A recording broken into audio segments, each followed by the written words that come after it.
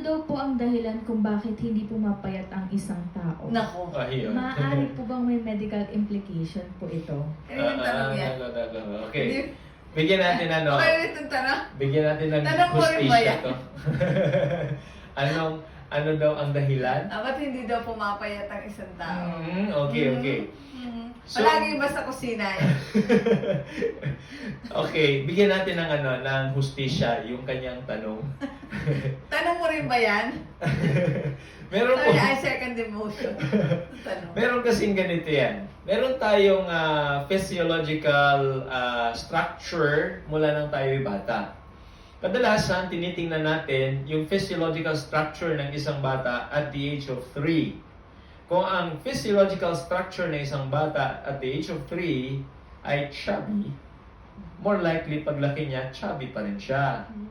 Pero kung siya ay petite at naging chubby and had a hard time getting into petite mode, petite size, there must be something in the body. Maybe naka-engage yung katawan niya sa metabolic syndrome.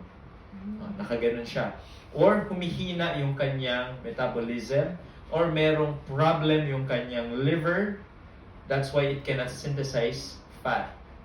Ganon po ang nangyayari. Ngayon, kailangan po nating i-engage yung katawan to crave for energy para lahat ng source ng energy ng katawan gamitin niya at magkaroon ng effect.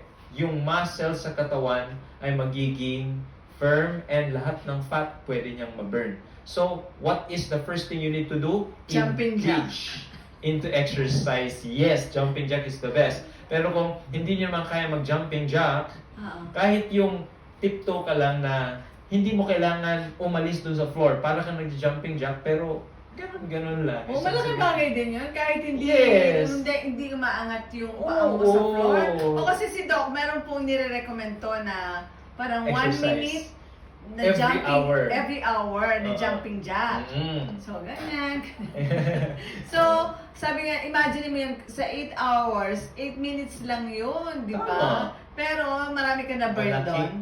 Malaking effect yun. Talaga to? Yes. Ayun, jumping jack, di nakikinig. Yung mga kailangan mag-jumping jack.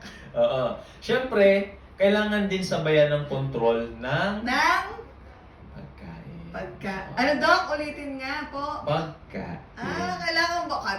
Kala ko exercise lang to eh. Kasi po, baliktad kasi ang Pilipino, pag kumain, mas marami sa gabi, dapat marami sa umaga. Oo. Kapag kabaliktad po kasi, ang kain natin, mas marami sa gabi kaysa sa umaga, we are making our system burden to burn all those calories na hindi naman nabiburn dahil tulog ka.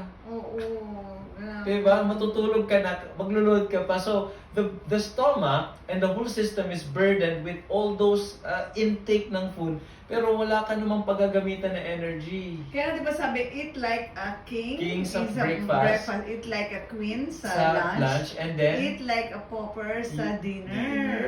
Yun ang tandaan nyo. Eh, Pinaligtad eh. may nag-reason sa akin, di ba no, kapag pulubi, masiba kumain pag nagkaroon ng pagkain.